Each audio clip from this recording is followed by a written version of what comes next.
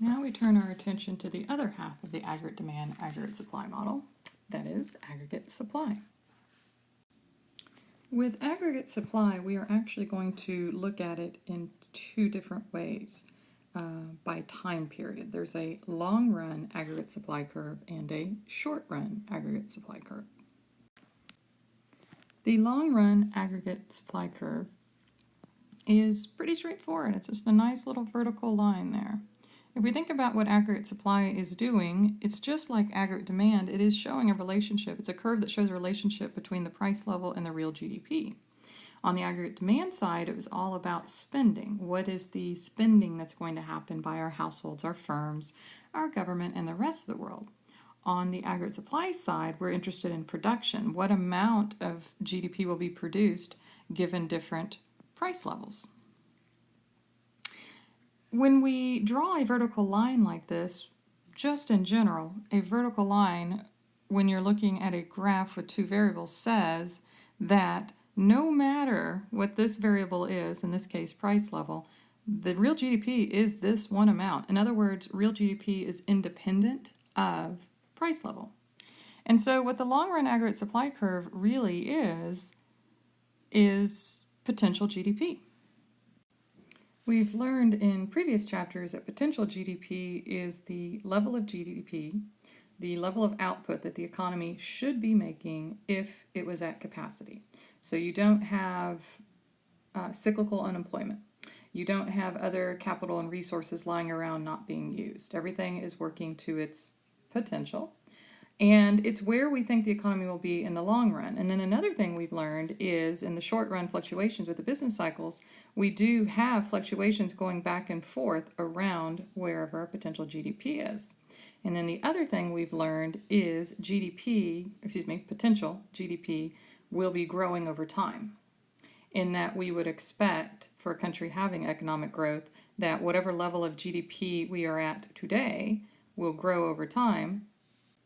And that will look like the potential GDP, the long-run aggregate supply curve, shifting over time to the next year's ability, next year's level of potential GDP.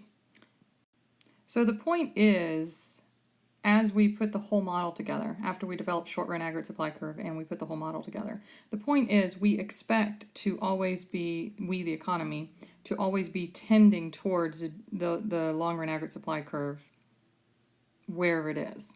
What we're going to do is realize with the short-run aggregate supply curve is that's not always true at every moment. Essentially, the long-run aggregate supply curve says it doesn't matter what prices are. Price level can be anything and we'll always be here. And we do think that is true in the long run. We're always going to tend towards our potential. We're going to tend towards our long-run position, kind of by definition. But in the short run, our production, how much we're going to produce, is affected by the price level. When we have fairly low levels of GDP that we're producing, there is a lot more unemployment, there's a lot more cyclical unemployment, there's a lot of capital not being used, and as we expand our output, the cost of production is not rising that much compared to being beyond our potential GDP, a level of GDP that's beyond our long-run aggregate supply curve. That means that we're going beyond capacity. And you're going to have to start paying people a lot to start, stealing them from other jobs. And so wages are rising and resources are getting limited. And so you're bidding up the prices of your inputs. And so we expect that the cost of production when you go beyond long-run aggregate supply curve will be relatively high. And so what I'm describing then is a upward relationship between GDP and price level. So our short-run aggregate supply curve will model that upward slope that exists for more or less the reasons I said. I'll be a little more specific. So our short-run aggregate supply curve is going to capture that relationship between prices and GDP. We say largely it's because prices and wages are sticky. You like that image? In other words, they're slow to adjust. So let me go ahead and draw in my long-run aggregate supply curve for a benchmark here.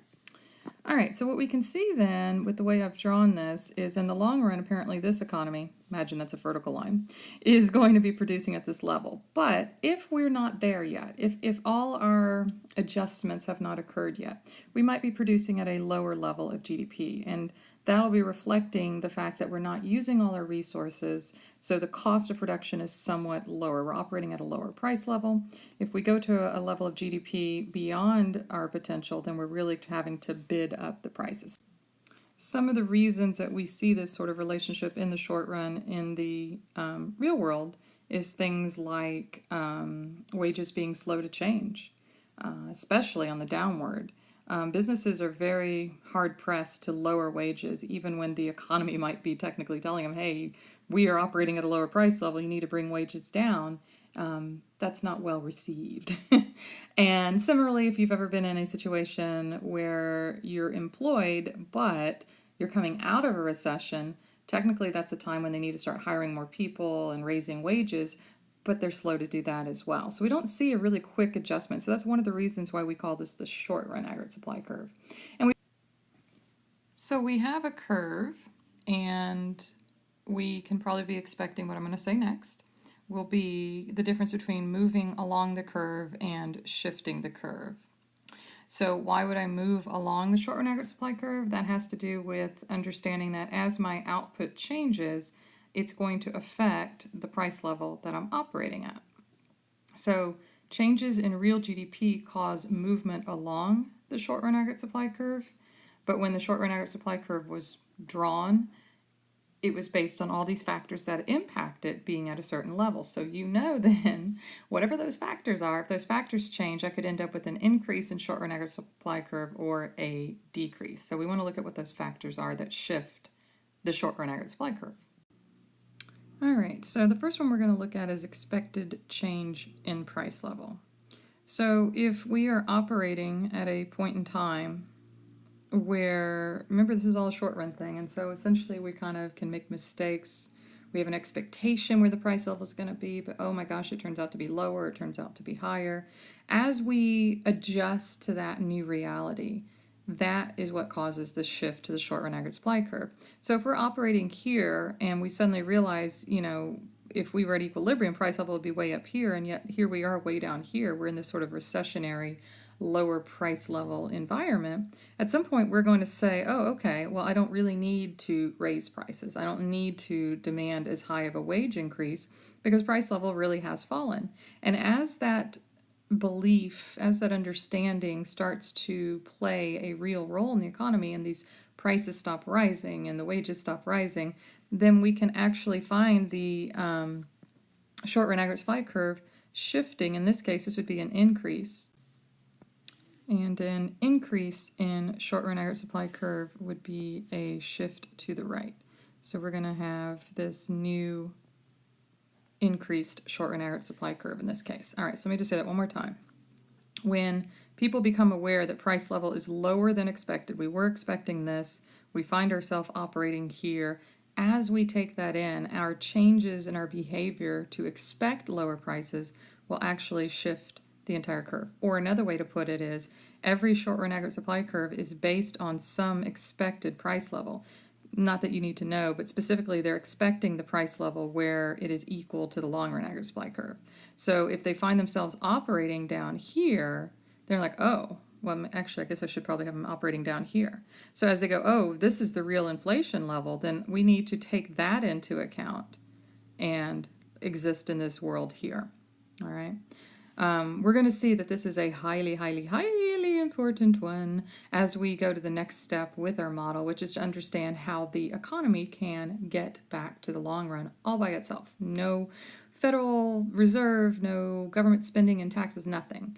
It's this specific idea here where as we eventually realize the price level is higher than we thought or lower than we thought and adjust to it, that in itself will bring us back to a long-run equilibrium. Getting a little ahead of myself there, but I wanted to give you a heads up that that's where we're going.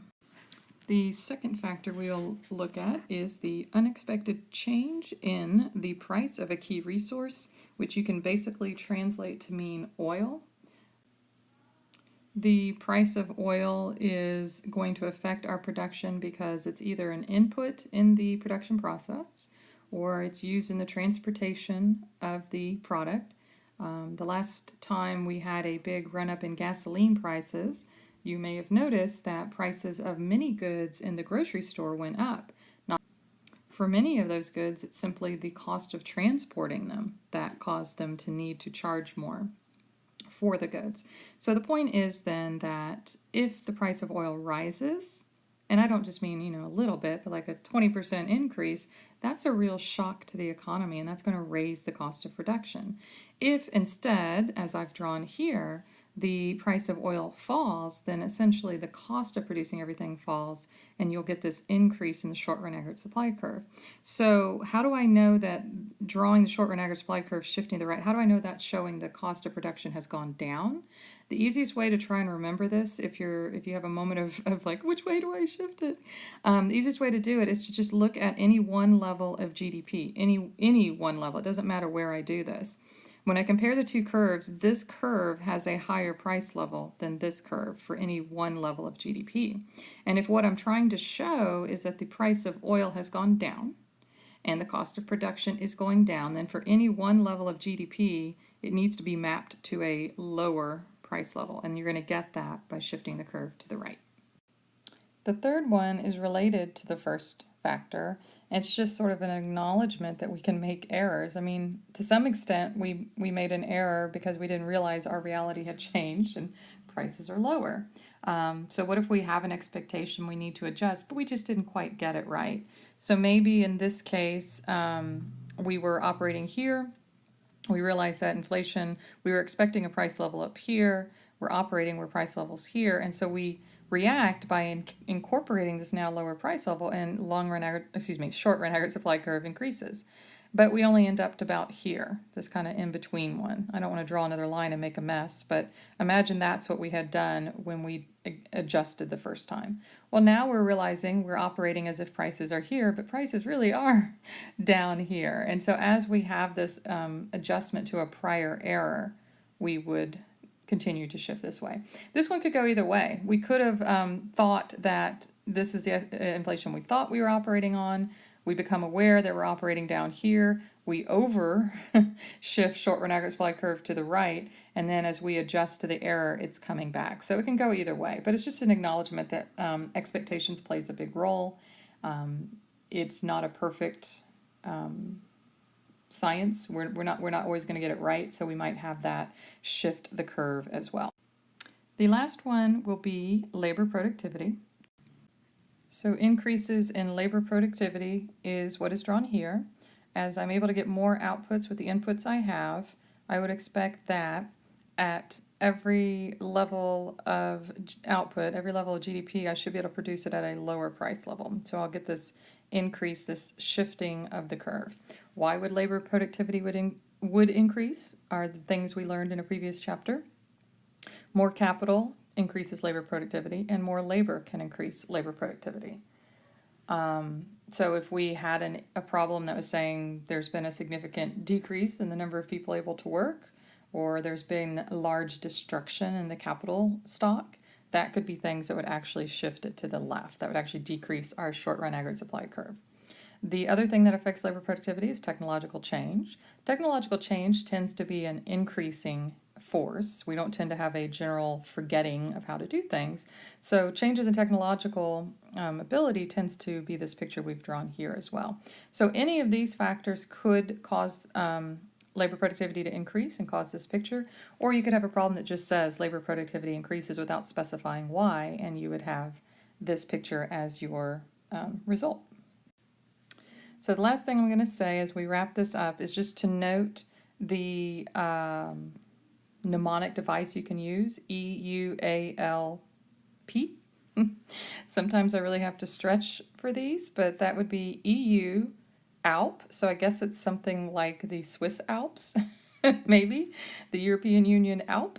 And that might help you remember that we are talking about expected changes in price levels, unexpected change in price of key resource, adjustment to errors in past expectations, and then labor productivity is really kind of one together. All right, so that covers our long run and short run aggregate supply.